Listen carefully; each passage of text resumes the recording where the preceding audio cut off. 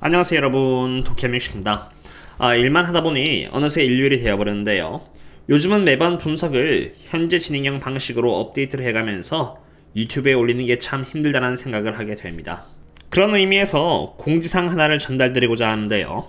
유튜브에는 오로지 S&P 500 관점에서만 분석을 드리고 있지만 텔레그램을 통해서는 저희 멤버십 분들께는 유튜브에 공유드리는 이러한 매크로 부분뿐만이 아니라 펀더멘털이 강하지만 저평가되어 있는 개별 기업들을 분석드리면서 최근 상승한 부분에 있어서 소외되지 않도록 서포트를 할 뿐만이 아니라 3월 27일 분석드린 쇼피파이와 같이 여러가지 옵션 연계 전략을 통해서 단타 전략도 분석을 드리고요.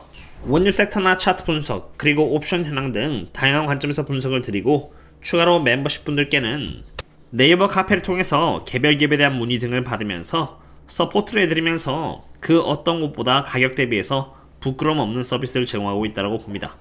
제가 멤버십 분들과 매일 정말 많은 대화를 나눕니다만 이 공간에 계신 분들께 더더욱 차별점을 드리기 위해서 여기 계신 분들께는 과거와 똑같이 동일한 가격대로 유지를 하되 나중에 조만간 새로운 멤버십 플랜을 새로운 가격으로 세팅해서 서비스를 제공하고자 합니다. 제가 앞으로도 꾸준히 좋은 서비스를 유지하기 위해서 내린 결정이니 이해 부탁드리겠습니다. 자세한 추후에 공지를 드리도록 하겠고요. 오늘의 분석을 시작해보도록 하겠습니다. 가장 먼저 차트 분석입니다. 나스닥의 경우는 지금 14,528에 종가로 마감했는데요. 지금 나스닥이 보여주고 있는 차트 상태는 전형적인 투비탑 패턴입니다.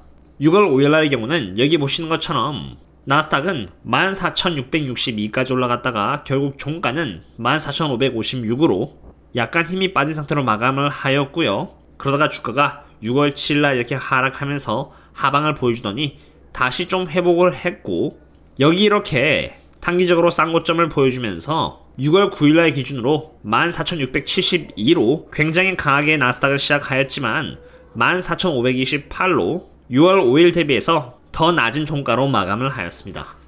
6월 5일 14,556보다 지금 더 아래에 위치하고 있는 만큼 리버설 패턴은 작동하고 있다는 것을 의미합니다. 물론 이러한 차트의 모습이 앞으로의 주가 흐름을 지배하지는 않습니다. 그냥 단지 기술적인 분석 외에 전체적인 투자 테시스에 있어서 가이드 역할 정도로 한다고 보시면 됩니다. 저는 사실 여전히 지금의 장을 매우 조심스럽게 바라보면서 아마존과 같은 저평가 종목들은 그저 갖고 있되 현금을 꾸준히 모으면서 적극적으로 지금의 장에 동참하지 않고 있는 상태입니다. Fear and Greed 인덱스도 이렇게 Extreme Greed 상태를 보여주고 있기도 하지만 사실 과거 베어마켓에 있어서 지금과 같은 랠리는 다양한 모습으로 발생해 왔기 때문입니다. 2000년 닷컴 버블을 기준으로 본다면은 S&P 500은 이러한 베어마켓 가운데 17% 반등하는 베어마켓을 보여주기도 했고 오늘날 2023년 S&P 500은 전저점 기준 약 21% 정도 반등을 하면서 저점 대비해서 20% 이상 상승했기 때문에 대수정이라는 이야기도 들려오고 있긴 하지만 지금 보시는 것처럼 2001년 닷컴 버블 때도 이렇게 약 21.46% 반등하면서 상승장을 보여주기도 했습니다. 나스닥의 경우는 성장주가 집중되어져 있는 만큼 변동성이 더 심한데 여기 보시면 나스닥은 베어마켓 중간중간에 이렇게 40.85% 반등하기도 했고 하락하다가 다시 22% 반등하는 등 여러 번 랠리를 보여줬습니다. 물론 이런 랠리를 보여주는 가운데 주가 흐름에 따라서 40.85%의 반등과 22.31%의 반등을 놓쳤으니 기회비용 관점에서 본다면은 엄청 손해를 봤다는 등 온갖 조롱이 상황이 바뀔 때마다 오가겠지만 그때도 이렇게 상승을 했을 때 주가가 이렇게 큰 폭으로 하락할지는 아무도 몰랐듯이 오늘날 기준으로 본다면은 마찬가지로 정말 상승장으로 턴어라운드를 해줄지 아니면 닷컴버블처럼 이렇게 크게 하락하는 국면을 맞을지는 아무도 모르는 것입니다. 이처럼 마켓 타이밍은 아무도 모르지만 객관적으로 볼 수 있는 것은 이러한 주가 흐름의 근거라고 할 수 있는 펀더멘탈이며 펀더멘탈이 주가 상승과 동일한 방향을 보여주고 있다면 코로나 때처럼 상승장은 정당하다고 말을 할 수 있지만 반대로 주가는 상승을 하는데 펀더멘탈 측면에서는 큰 개선점이 없다면 그것은 앞으로 어떤 일이 벌어질지 모르는 투자자 입장에서는 보수적으로 운영해야 하는 것입니다. 물론 현금을 꾸준히 모아온 제 입장에서의 이야기이며 펀더멘탈과 관계없이 마켓 타이밍을 맞추실 수 있다면 얼마든지 투자를 하셔도 됩니다. 그런 이유에서 제가 집중하고 있는 펀더멘탈 측면을 보도록 하겠습니다. 이것은 제가 멤버십 분들께 중간중간 밸류에이션 체크를 할 때마다 공유드리는 자료인데요. 여기 하얀색은 나스닥의 기대 성장률이고 노란색은 인플레이션을 반영하는 10-year real yield입니다. 코로나 때를 기준으로 보면요, 주가가 코로나 때는 정말 크게 하락한 나머지 나스닥의 기대 성장률은 무려 5.8%에 달했습니다. 기대 성장률이 5.8%라는 것은 나스닥의 PE 멀티플이 17.24 정도로 매우 건전했다고 볼 수 있는 것이죠. 그리고 코로나 때의 인플레이션은 2% 이하대로 아주 건전한 상태였고, 그런 만큼 이렇게 10-year real yield는 올라봤자 0.6에서 0.7% 정도가 다였습니다. 이러한 부분을 전부 다 어우르는 것이 여기 하단 부분에 있는 부분으로 기대 수익률 5.8%에서 여기 인플레이션 부분인 10-year real yield를 빼면은 스프레드가 나오는데, 그 스프레드가 바로 5.86% 정도로 굉장히 저평가였습니다. 닷컴 버블인 2002년대와 리만 사태인 2008년과는 정말 반대의 상황을 그리고 있는 것이죠. 그런 것처럼 높으면 높을수록 저평가이고 낮으면 낮을수록 고평가입니다. 밸류에이션 측면에서 코로나 때는 너무나 저평가였고 기대 수익률이 너무 높은 나머지 채권보다 주식이 훨씬 매력적이니 상승장은 당연한 것입니다. 그렇다면 지금은 어떨까요? 지금은 보시다시피 나스닥의 기대 성장률은 3.59% 정도로 PE 멀티플이 굉장히 높습니다. 다시 말해서 주가가 많이 오른 나머지 PE 멀티플만 봤을 때 나스닥은 고평가라는 것을 의미합니다. 그리고 여전히 인플레이션 너무나 강한 나머지 10-year real yield는 거의 1.5%에 다다랐습니다.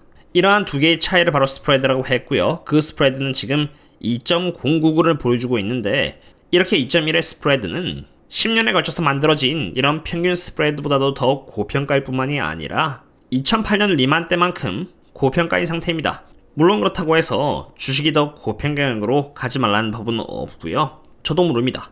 단지 제가 보여드릴 수 있는 것은 스프레드가 평균 10년치 대비해서 고평가임을 보여주고 있고, 이렇게 리만 사태 때만큼이나 고평가이니 적어도 많은 돈을 굴리고 있는 제 입장에서는 지금 조심히 자금을 운영해야 하는 것입니다. 그리고 사실 이렇게 나스닥이 고평가를 보여주고 있는 이유는 주가가 골고루 오른 것에 대한 결과가 아니라 이렇게 보시는 것처럼 빅테크가 무려 44%나 오르면서 생긴 결과입니다. 그리고 이렇게 빅테크가 올랐기 때문에 S&P 500이 그나마 10%가 오른 것이고, 그 외에 7개를 제외한 나머지 493개의 종목들은 1%밖에 오르지 못했다는 것을 볼 수 있습니다. 그리고 실제로 지난 12주 동안의 섹터 움직임을 보시면 설명이 됩니다. 일반적으로 대세의 상승장이라면 S&P 500에 잡혀있는 대부분의 섹터가 함께 여기 improving이나 leading 쪽으로 접어들었어야 하는데, 지금 장이 이미 21% 오른 지금 빅테크를 갖고 있는 테크 쪽과 커뮤니케이션 쪽만 리딩 쪽에 위치해 있고, 나머진 지금 전부 다 가장 안 좋은 분면이라고 할 수 있는 레깅 쪽에 있습니다. 금리가 여전히 5% 넘어가고 있는 지금 인플레이션은 여전히 강세를 보여주고 있어 매크로적으로는 불안하니 가장 안정적인 재무제표를 보유하고 있는 빅테크 쪽으로 돈을 다 파킹시켜 놓은 것입니다. 이것을 fly to the safety라고 합니다. 밸류에이션 측면에서 펀더멘탈을 보았으니 이번엔 유동성 측면에서 보겠습니다. 이것은 리버스 리포스로 보시면 약 2.1 트릴리언 달러의 돈이 연준의 리버스 리포스에 파킹되어 있습니다. 리버스 리포스는 지금 약 5.05% 정도의 이자를 주는 곳으로 은행 입장에서는 주식이나 다른 곳에 투자하기보다는 차라리 연준에서 주는 이자가 훨씬 득이 된다고 판단해서 여기 리버스 리포스에 돈을 맡겨둔 것입니다. 이렇게 보시면은 마치 돈을 리버스 리포스에 놔둔 것이 일반적인 것처럼 보이지만 이것을 좀 더 땡겨서 보면요, 이야기는 달라집니다. 2021년 중순까지만 해도 리버스 리포스에 없던 돈이 갑작스럽게 2.1 트릴리언 달러까지 늘어난 것입니다. 은행들이 시장에 투자할 바에야 차라리 리버스 리포스에 돈을 맡겨둬서 연준으로 하여금 꼬박꼬박 이자를 챙기는 게 이익이라고 판단한 것입니다. 물론 이러한 돈 또한 사용처가 다 있습니다. 코로나가 터지기에 앞서서 리버스 리포스가 잠깐 반짝거렸다가 시장이 충격을 받자 연준이 리버스 리포스에 있는 돈까지 다 포함해서 시장의 유동성을 공급하여 피해를 최소화시켰다면 이번에도 시장에 큰 피해가 발생했을 때 연준은 이 돈을 풀어서 유동성을 공급할 가능성이 큽니다. 지금 이게 시장으로 아직 풀리지 않았다는 것 자체가 연준이 우려할 정도의 하락장이 오지 않았다는 증거이기도 합니다. 상승장이었다면 이게 다 빠지고 그에 따라서 주가가 상승을 했었어야 하는데, 이게 아직도 2.1 트릴리언 달러나 리버스 리포스에 남아있다는 것은 연준은 여전히 최악의 상황을 대비해서 이것을 남겼다는 것을 의미하기 때문입니다.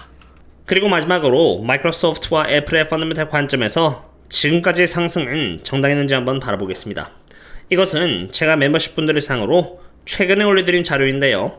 여기 빨간색은 마이크로소프트의 2024년까지의 earning per share 가이던스이고, 하얀색은 마이크로소프트의 주가로, 과거에는 이렇게 마이크로소프트의 가이던스가 상승함에 따라서 주가가 상승한 게 정당화된 모습이었지만 2024년을 기준으로 해서 가이던스가 고작 0.5달러 올랐음에도 불구하고 AI의 이슈와 함께 주가는 이렇게 앞질러서 날아가 버렸습니다. 당연히 2024년 가이던스 안에는 AI 부분이 포함되어 있습니다. 그리고 애플 또한 보겠는데요. 애플 또한 오랜 기간에 걸쳐서 이렇게 가이던스가 하락하면서 횡보하는 모습을 2022년부터 보여주었고, 2024년 가이던스도 사실 오늘날 기준으로 큰 변화가 없는 상태에서 주가는 반대로 먼저 치고 올라간 상태입니다. 물론 나중에 시간의 흐름에 따라서 가이던스가 상향 조정이 된다면은 주가가 선반영을 했다고도 할 수 있지만, 사실 2022년부터 2024년까지 2년에 걸쳐서 가이던스는 하락하고 있고 유의미한 변화가 없는데, 가이던스가 따라오기도 전에 먼저 주가가 이렇게 올라갔다는 것은 어쩌면 펀더멘털 관점에서는 조금 조심히 바라봐야 하는 건 아닌가라고 생각이 됩니다. 사실 이것 외에도 다른 관점들을 이미 다 커버하긴 했지만 말이죠. 오늘도 매크로 관점에서 요약 정리를 해보았는데요. 개인적으로 매크로를 매일 관찰하면서 그것을 공유드리는 것은 생각보다 쉬운 일은 아닙니다. 저를 서포트해주시는 만큼 저 또한 쉬지 않고 하루하루의 상황을 백데이터와 함께 분석드리는 것이 맞다라고 생각하고요. 지금도 사실 솔직한 마음으로 제가 분석드리는 인풋이나 시간 대비해서 저렴한 멤버십 가격을 언제 올릴지 정하지 않았습니다만, 적어도 저와 함께 꾸준히 멤버십 활동을 해주셨던 분들께만큼은 앞으로도 꾸준히 동일한 가격으로 서비스를 제공하고, 나중에 공지를 올리는 날 그날 기준으로 새로 조인해주신 분들께는 새로운 가격으로 서비스를 제공하는 것이 앞으로 저를 위해서 꾸준히 분석을 해나감에 있어서 더 합리적이라고 생각합니다. 오늘의 분석은 여기까지 했고요. 그럼 다음에 또 다른 분석 관계 찾도록 하겠습니다. 그럼 다음에 또 만나요. See you later.